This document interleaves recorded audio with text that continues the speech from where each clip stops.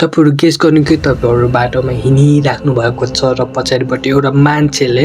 Gun ताकेर डिस्क्याउँ डुम डुम भनेर गीत गाएन, फेरि म्याटिङ बन्दुक निकाल्छ, के गर्छ, फायर गर्छ, सुट हान्छ, डिस्यु डिस्यु डिस्यु हान्छ। तपाईँको रियाक्सन के हुन्छ, के गर्नुहुन्छ तपाईँहरूले? सुरुमा कसैले 911मा फोन हान्न सक्छ, त्यो त विदेशी नम्बर हो। नेपालमा चाहिँ 100 हान्न सक्छ। कसैको चिच्चाइ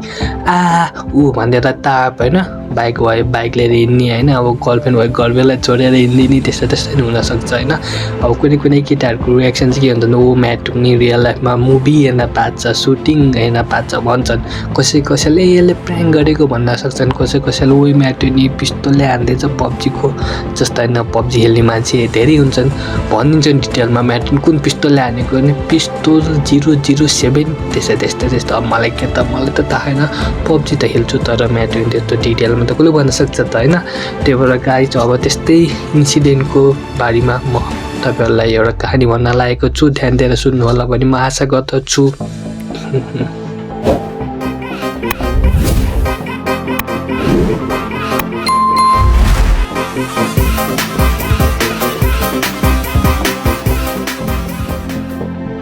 यसको नाम चाहिँ रुचि हो, रियुची होइन, रियुची हो कि सियुची हो, जे होस् नाम चाहिँ फरक राख्थ्यौँ होइन। त्यसको नाम अब के राख्थ्यौँ भन्दाखेरि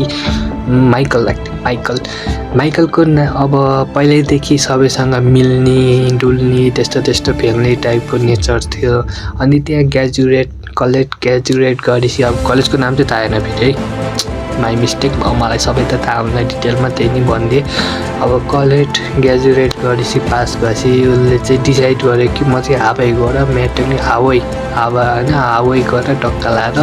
मोज गर्छु, आनन्द गर्छु, आफ्नो लाइफ जिउँछु भनेर हावै गऱ्यो। हावै गएपछि टक्का लाएर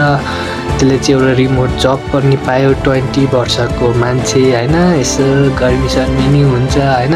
अब गर्मी भएपछि कहाँ जाने, बिचमा गएर सर्फिङ गर्न थाल्ने। सर्फिङ गर्दाखेरि चाहिँ त्यसलाई चाहिँ एउटा समस्या हुन्थ्यो, त्यो चाहिँ ढाड दुख्ने। उसलाई चाहिँ ढाड चाहिँ अब बच्चादेखि ढाड दुख्ने समस्या रहेछ होइन। त्यो ढाड दुख्ने समस्याले गर्दा त्यसलाई अब कसै अब फुटबल खेल्दा नि ढाड दुख्ने होइन, जे गर्दा नि ढाड दुख्ने। त्यो गर्दा अब गर्लफ्रेन्ड पनि बनाउन नपान्छ होइन। त्यस्तो अब गर्लफ्रेन्डसँग अब विदेशमा त अब उलुसुलु अब सबै गरिन्छ नै, त्यो नि गर्न नपाउँदो रहेछ बिचराले। ऊ चाहिँ बच्चादेखि नै ढाड दुख्ने समस्याले ऊ चाहिँ लास्टै तनावमा हुन्थ्यो होइन। रिसर्च गर्थ्यो होइन, ढाड किन दुख्छ त नि भनेर, तर के पनि थाहा पाउँथेन। अब ऊ हिँडिरहेको बेला कहिले खुट्टा लुलो भएर होइन हिँड्न नसक्ने, कहिले होइन अब हुन्छ नि खुट्टा अब त्यस्तो त भइरहेको छ, कहिले हात नचल्ने हुने, ढाड दुखेर कतै बस्न नपाउने, सुत्दाखेरि नि ढाड दुख्ने। त्योहरू यस्तरी सुत्नु छ त घौटो परेर सुत्थ्यो होइन। लास्टै के ढाड दुखी अब हुन्छ नि ब्याटल गर्दै थियो कि समस्या, त्योसँग लड्दै थियो। अब इन्सुरेन्स, अब ढाड दुखेपछि त इन्सुरेन्स चाहियो, इन्सुरेन्स गरेपछि बल्ल यसको सर्जरी थाहा पाइन्छ। सर्जरी गरिन्छ, त्यसको कभर गर्नलाई इन्सुरेन्ससँग टक्का लाएर पैसा माग्न थालेछ। अब इन्सुरेन्स त अब सबैले गर्छ, तपाईँले पनि गर्छ, मैले पनि गर्छ होइन। इन्सुरेन्स त पैसा त तिरिरहेको छ, मैले पनि तिरिरहेको फेरि होइन। अब इन्सुरेन्ससँग कुरा गर्थ्यो अरे उसले, तिनीहरूले चाहिँ रिजेक्ट गरिदिन्थ्यो अरे कि यस्तो समस्या हाम्रोमा मिल्दैन, हाम्रोमा छैन, हामी दिँदैनौँ भन्थ्यो। ऊ चाहिँ इन्सुरेन्ससँग होइन ब्याटल गर्दै बस्थ्यो होइन। त्यहाँपछि 1-2 हप्तापछि उसलाई चाहिँ लास्टैबाट होइन हस्पिटल सेन्ड गर्दैछ ERबाट। अब हुन्छ नि अब धेरै इमर्जेन्सी नै भयो होला नि त बिचराको। त्यहाँपछि सर्जरी गर्ने भनेछ, उसँग पैसा छैन। इन्सुरेन्सलाई भन्दा नि म्याट्रिक नि पैसा दिन्न। अब विदेशमा त अब पहिला सुरु सर्जरी गर्छ अनि बल्ल पैसा माग्छन्। हाम्रो नेपालमा त पहिला पैसा माग्छन् अनि बल्ल सर्जरी गर्छ। अनि उसलाई ER पठाइदिएपछि सर्जरी गरेपछि यसको ढाड सन्चो हुन्छ भनेर उसलाई सर्जरी गर्दैछ। अनि त्यसको त्यही 1-2 विक पछि चाहिँ उसको हेल्थ इम्प्रुभ हुन थालेछ। इम्प्रुभ भएपछि ऊ जापान अब हुन्छ नि युके जता यसो घुम्न जान सपना थियो, ऊ जान थालेछ। घुम्दै गर्दाखेरि ऊ इन्सुरेन्ससँग नि होइन सोधिरहेको थियो कि यो मैले सर्जरी गरेको अब पैसा त जसरी तिर्नुपर्छ इन्सुरेन्सलाई पुनः त्यो इन्सुरेन्सले चाहिँ टाल्थ्यो अरे कि यो हामीले यस्तो गर्दैन हाम्रोमा यस्तो पर्दैन तपाईँलाई दिन मिल्दैन त्यस्तो नै डिनाइ गर्ने कि अब उसलाई त लास्टै रिस उठ्यो अब म इन्सुरेन्सदेखि मलाई तनाव भइसक्यो म इन्सुरेन्सलाई म के गर्छु भनेर ऊ म्याटोले फेरि ब्याक टु न्युयोर्क त्यो चाहिँ फेरि खास गरी न्युयोर्कमा बस्थ्यो न्युयोर्क त्यहाँपछि ब्याक टु न्युयोर्क गयो अनि त्यहाँपछि डिसाइड गरेँ कि म त्यसलाई इन्सुरेन्सको मान्छेलाई मारिदिन्छु भनेर इन्सुरेन्सको मान्छे को हो त सिइओलाई मारिदिन्छु भनेर उसले डिसाइड गर्यो अब यसलाई मारेपछि त म्याटुक्नी म रिभेन्स पुऱ्याएको छु रिभेन्स भन्दा नि अब तनाव लाग्यो नि त म पैसै दिन्न म्याटुक्नी इन्सुरेन्सको पैसा त तिरिरहेछ तर इन्सुरेन्सले काम पर्दा काम लान भने त म्याटुङ जसलाई रिस उठ्छ त्यसलाई पनि रिस उठ्यो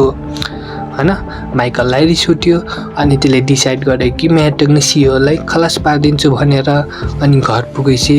उसले सुरुमा के गर्यो भन्दाखेरि फ्यामिलीहरूसँग बोल्न छोडिदियो फ्यामिली अनि फ्रेन्डहरू सोसियल मिडियाबाट सबैसँग बोल्न छाडिदियो त्यहाँपछि त्यो चाहिँ 3D पेन्टिङ मेसिन हुन्छ त यत्रो बक्समा हुने त्यहाँ गएर टक्क लाएर सुरुमा पिस्टल एउटा इमेज बनाएपछि टक्क लाएर प्रिन्ट हालिदिन्छ त 3D पहिला सुरु पिस्टल बनायो अनि कतैबाट अब 3टा बुलेट किनेर ल्याएछ अनि बुलेटमा चाहिँ के लेख्यो भन्दाखेरि डिले डिनाइ डिफेन्ड त्यो भनेको अब हुन्छ नि कसैले अब विरुद्ध के जस्तै अब तपाईँ र म लडिरहा इन्सुरेन्सदेखि इन्सुरेन्सले तपाईँलाई पैसा दिएन तर हामी लडिरहेको छौँ इन्सुरेन्सबाट पैसा चाहियो जिन्दाबाद भन्ने प्रोटेस्ट त्यस्तै टाइपको अब भनौँ न मलाई त थाहा छैन त्यही पनि डिटेलमा भनिदिएँ अनि त्यसले त्यहाँ लेखेपछि केटोले अब टक्क लाएर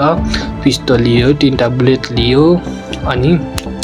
गयो बस चढेर टक्क लाएर न्युयोर्कतिर लाग्यो न्युयोर्क हो कि न्युयोर्क भन्छ अब त्यसलाई के थाहा अब त्यहाँ गएपछि सिइओ त त्यहीँ बस्छ अनि त्यहाँ गएपछि टक्क लाएर सुरुमा चाहिँ त्यो बोइज होस्टेल हुन्छ नि त्यो होस्टेल अब टक्क लाएर होटेल त होइन होस्टेलमा गएर 10 दिन जति बस्यो 10 दिनपछि टक्क लाएर र होटेलमा गएर चेक इन गरेपछि त्यो वेटिङ गरे कि सिइओ आसी म त्यसलाई मारिदिन्छु भनेर अनि त्यो पेसेन्ट गरिराख्यो 10 घन्टापछि बल्ल एउटा मान्छे आयो त्यो चाहिँ को बुझ्नु होला नि त सिइओ टुटुक सुट लाएर म्याटिङ एउटा क्लाइन्टसँग होइन मिटिङ इम्पोर्टेन्ट मिटिङ भनेर टक्क लाएर जाँदै थियो अनि त्यो केटाले केटा माइकलले त्यही मौका पाएर म्याटुङ छुचुक्का गएर पछाडिबाट गन निकालेर पिउ भनेको डिस्क्याउ डुम म्याटुङले फेरि गाउन थालेछु हान्दियो अब हान्दैसी त म्याटुङ ढल्यो को ढल्यो त नि म्याटुङ CEO health insurance of United Kingdom हो कि किङ्डम अब जेसुकै यो न्युयोर्क होला सायद होइन सिइओ अफ युनाइटेड हेल्थ रहेछ राजेश धेरै ठुलो कम्पनी भएको मान्छेलाई माइकलले मारिदियो त्यसको नाम चाहिँ के थियो ब्रायन रहेछ ब्रायनलाई मारिदियो म्याटुङले अब 3चोटि बुलेटले हान्दिएपछि त को मान्छे बाँच्छ त होइन त्यो पनि ढल्यो अब माइकल के गर्ने त म्याटुङ त्यहीँ बसेपछि त पुलिसले समातिहाल्छ भाग्नु पर्यो म्याटुङ कहाँ भागिदिन्छु भनेर त्यहाँबाट अब विदेशीमा त त्यही साइकल हुन्छ नि त भाडामा लिएर जाने यी साइकलमा टक्क लाएर बस्यो अनि भाग्यो म्याटुङ भाग्दा एउटा पार्कतिर पुगेछ पार्कमा पुगेपछि आफ्नो लुगा हुडी होइन ब्याकप्याक पिस्टलहरू त्यही फाडेर बस चढेर भाग्यो अब बस चढेर त्यहाँबाट फेरि ट्रेन चढेर आफ्नो ब्याक टु होम भाग्यो त्यहाँपछि न्युज भरिआयो कि सिइओलाई एउटा मान्छेले मारिदियो भनेर अनि फेरि माइकललाई थाहा नै थिएन कि फेरि सिसिटिभी माथि छ भनेर त्यसले त नेपाल जस्तो थाहा नि होला म्याटुङले फेरि विदेशी मान्छे अब के छ नेपाल भनेको होइन त्यहाँ त सिसी क्यामेरा हुन्छ सिसी क्यामेरामा माइकललाई क्याप्चर गरेको भिडियो टक्क लाएर पुलिसहरूले हेऱ्यो कसले मार्यो भन्दाखेरि माइकल कहाँ छ भन्दाखेरि थाहा छैन कता छ माइकल त मोस होइन म्याटुङ नै भाग्रेसी त कहाँ मोज हुनु पर्ने त त्यहाँपछि भागेपछि अब के गर्नु त पुलिसहरूले थाहा नै छैन माइकल कहाँ छ भनेर माइकल फेरि कता गयो कसैसँग नि कन्ट्याक्ट नगरेर भागिदियो घरमा नि कसैलाई पनि थाहा छैन कहाँ छ माइकल साथीहरूलाई पनि थाहा नै छैन होइन त्यसलाई चिन्ने कसैलाई पनि थाहा नै छैन अब त्यसलाई समात्ने भनेर पुलिसहरूले चाहिँ टक्का लाएर रिवार्ड वान्टेड हुन्छ त वान पिसमा जस्तो वान पिस एनिमेसन हेर्नुभयो होला त त्यसमा हुन्छ त वान्टेड भनेर टक्का लाएर माइकलको थोपडा राखिदियो अनि त्यो